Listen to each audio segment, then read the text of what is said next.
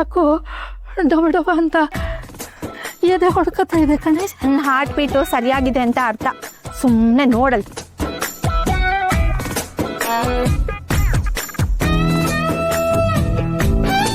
ಇನ್ನು ಮುಂದೆ ಅಲ್ವಲ್ಲ ಇವಳು. ಬರ್ತಾಳ ರಾಚಮ್ಮ, ಇದೇ ದಾರಿಲೇ ಬರ್ಬೇಕು, ಬರ್ದೆ ಎಲ್ಲೋಗ್ತಾಳೆ. ಆ ರೂಮ್ಗಿರೋದು ಇದು ಒಂದೇ ದಾರಿ. ಬರ್ತಾಳೆ, ಸ್ವಲ್ಪ ಕಾಯಿ.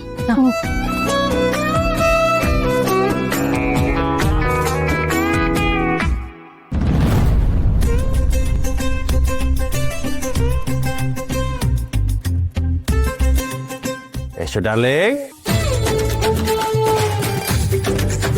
ಏನೋ ಈ ಮಳೆಗೆ ಲೈಟ್ ಕಂಬ ಬೆಂಡಾಗಿರುತ್ತಲ್ಲ, ಹಂಗೆ ಇಬ್ರು ಬೆಂಡಾಗಿ ಏನೋ ನೋಡ್ತಾ ಇದ್ದೀರಾ? ಸೊಂಟದ ವಿಷ್ಯ ಬ್ಯಾಡವೋ ಶಿಷ್ಯ. ಆಕ್ಚುಲಿ ಕೃಷ್ಣ, ರಾಜಮ್ಮಂಗೆ ನಾನು ಯೋಗ ಹೇಳ್ಕೊಡ್ತಾ ಇದ್ದೆ. ಯೋಗ ಸೊಂಟ ನೋವಲ್ವಾ, ಸರಿ ಹೋಗ್ಬೇಕು, ಅದಕ್ಕೆ ಮಾಡು ರಾಚಮ್ಮ. ಎಲ್ಲಾರ ಆಚೆ ಹೋಗಿ ಯೋಗ ಹೇಳ್ಕೊಡೋದಲ್ವಾ, ಬಾಗ್ಲಲ್ಲಿ ನಿಂತ್ಕೊಂಡು ಹೇಳ್ಕೊಡ್ತಾ ಇದ್ಯಾ? ಅಯ್ಯೋ ಮುಂದೆ ಬಾಗ್ಲಾದ್ರೆ ಏನು, ರೋಡ್ ಆದ್ರೆ ಏನು, ಎಲ್ಲಾದ್ರೆ ಏನು, ನಮ್ ಸೊಂಟ ಸರಿ ಮಾಡ್ಕೋಬೇಕು ಅಂದ್ರೆ ಯೋಗ ಎಲ್ ಬೇಕಾದ್ರೂ ಮಾಡ್ಬೋದು.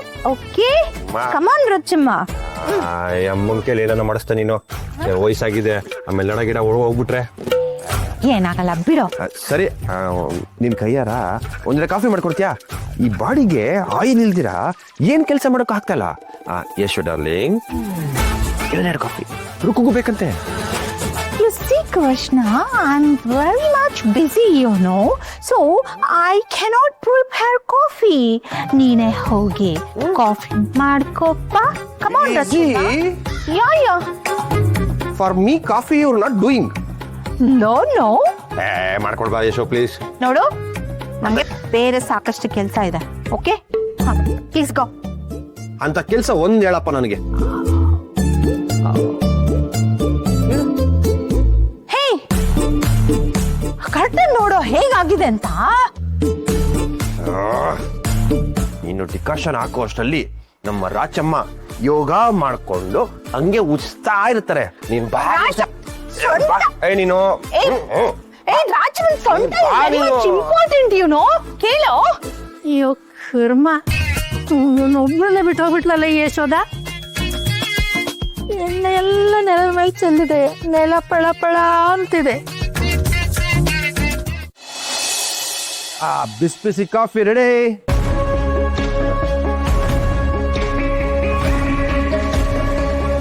ಕೂತ್ಕೋ. Thank you. ವೆಲ್ಕಮ್.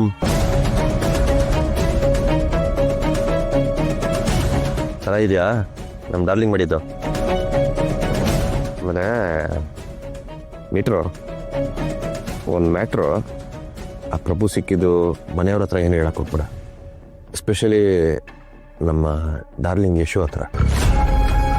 ಅದೇನಾದ್ರು ಗೊತ್ತಾದರೆ ಅವಳು ಉಸಿರು ಹಿಡ್ಕೊಂಡ್ಬಿಡ್ತಾಳೆ ಅಷ್ಟೇ. ಕೃಷ್ಣ, ಪ್ರಭು ಬಗ್ಗೆ ಮಾತಾಡಿದ್ರೆ ಯಶೋಧ ಮೇಡಮ್ ಯಾಕೆ ಪ್ಯಾನಿಕ್ ಆಗ್ತಾರೆ?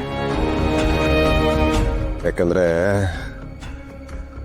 ಪ್ರಭುನ ತುಂಬ ಹತ್ರದಿಂದ ಯಶು ನೋಡಿದಾಳೆ, ಅದಕ್ಕೆ. ಅವನು ಎಂಥವನು, ಅವನು ಏನು ಮಾಡ್ತಾನೆ ಅದೆಲ್ಲ ಚೆನ್ನಾಗಿ ಯಶು ಗೊತ್ತು. ಆ ನನ್ನ ಮಗ ಎಂಥ ಕಿಲಾಡಿ ನನ್ನ ಮಗ ಅಂದರೆ, ನಮ್ಮ ಕುಟುಂಬದ ಮೇಲೆ ಯಾರಿಗಾಗಲ್ಲ ಅಂಥವ್ರನ್ನ ದಾಳವಾಗಿ ಉಪಯೋಗಿಸ್ಕೋಬೋದು ಅಂತ ಅವನೇ ಅವ್ರ ಹತ್ರ ಹೋಗ್ತಾನೆ. ಸುಮ್ಮನೆ ನೆನ್ನೆ ಸಿಕ್ಕಿದ್ದೆಲ್ಲ ಯಶು ಗೊತ್ತಾದರೆ ಅವನು ನಿನ್ನನ್ನು ಯೂಸ್ ಮಾಡ್ಕೋಬೋದು ಅಂತ ಅವಳು ಏನೋ ಅರ್ಥ ಮಾಡ್ಕೋತಾಳೆ. ಸುಮ್ಮನೆ ಇದೆಲ್ಲ ಕಿರಿಕು ಬೇಕಾ?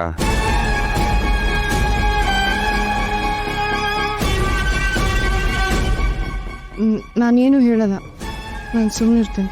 ಅಷ್ಟು ಮಾಡಿ ಸಾಕು. ಸರಿ, ಇದು ಪೂಜೆಗೆ ಬರಲ್ವಾ? ನಾನು ಬರ್ತೇನೆ, ನೀವು ಹೋಗಿರು. ಸರಿ, ನಾನು ಹಂಗೆ ಕಾಫಿ ಕುಡ್ಕೊಂಡು ಹೋಗಿರ್ತೀನಿ.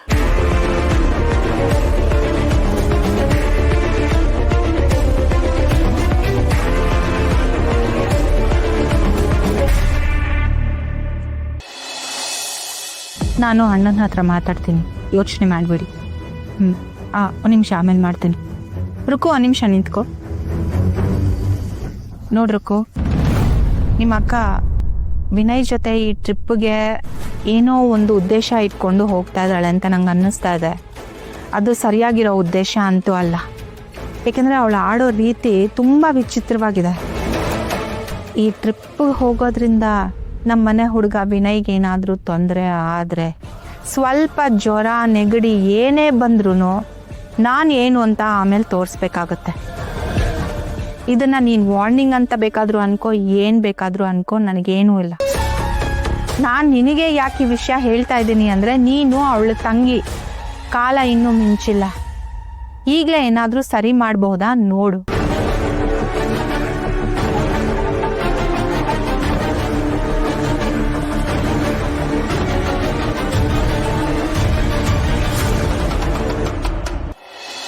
ನನಗೆ ಬೇರೆ ಕೆಲಸ ಇದೆ, ಅರ್ಜೆಂಟಾಗಿ.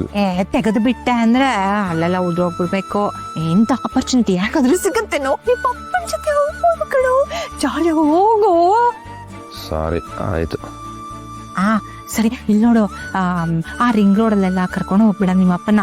11 ಗಂಟೆಗೆ ನಿಮ್ಮ ಅಪ್ಪ ಮೀಟಿಂಗಲ್ಲಿ ಇರಬೇಕು ಕಣೋ. ಟೈಮ್ ಆಗೋದ್ರೆ ಆಮೇಲೆ ರೌದ್ರಾವತಾರ ತಾಳ್ಬಿಡ್ತಾರ ಅಷ್ಟೇನೆ. ನಿನಗೆ ಗೊತ್ತಲ್ಲೇನೋ, ತದ್ದಿ ಬಂದಿ ರೋಡಿ ಅಲ್ಲಿ ಕರ್ಕೊಂಡು ಹೋಗೋ. ಆಯ್ತು. ಆಮೇಲೆ ಇನ್ನೊಂದು ವಿಷಯ ಕಣೋ, ನೀನು ಸ್ವಲ್ಪ ಬಾಯಿಗೆ ಪ್ಲಾಸ್ಟರ್ ಹಾಕೊಂಡು ಕೂತಿರೋ, ಬಡ ಬಡ ಬಡ ಅಂತ ಮಾತಾಡ್ತಾನೆ ಇರಬೇಡ, ಗೊತ್ತಾಯ್ತಾ? ಬಡ ಬಡ ಅಂತ ನಾನು ಮಾತಾಡೋದಲ್ಲ, ನೀ ಮಾತಾಡ್ತಿದ್ಯಾ. ಇದೆಲ್ಲ ಬೇಕಾ ನನಗೆ? ಸುಮ್ಮನೆ ಬೇಕು ಕಣ ನನಗೆ. ನೀನು ನಿಮ್ಮಪ್ಪ ಜಾಲಿಯಾಗಿ ಹೋಗ್ಬಿಟ್ಟು ಬರಬೇಕು. ಹಂಗನ್ಬಿಟ್ಟು ನೀನು ಕಾರಲ್ಲಿ ಜೋರಾಗಿ ಡಬ ಡಬ ಡಬ ಅಂತ ಹಾಡಾಕೊಂಡು ಕೇಳ್ತಾ ಕೂತ್ಕೊಂಡ್ಬಿಡ್ಬೇಡ. ಹಿಂಗೆ ತಗೊಳ ಹೋಗು. ಮುಂದೆ ನಮ್ಮ ಅಪ್ಪ ತೆಗೆದಾಕ್ತಾಳೆ.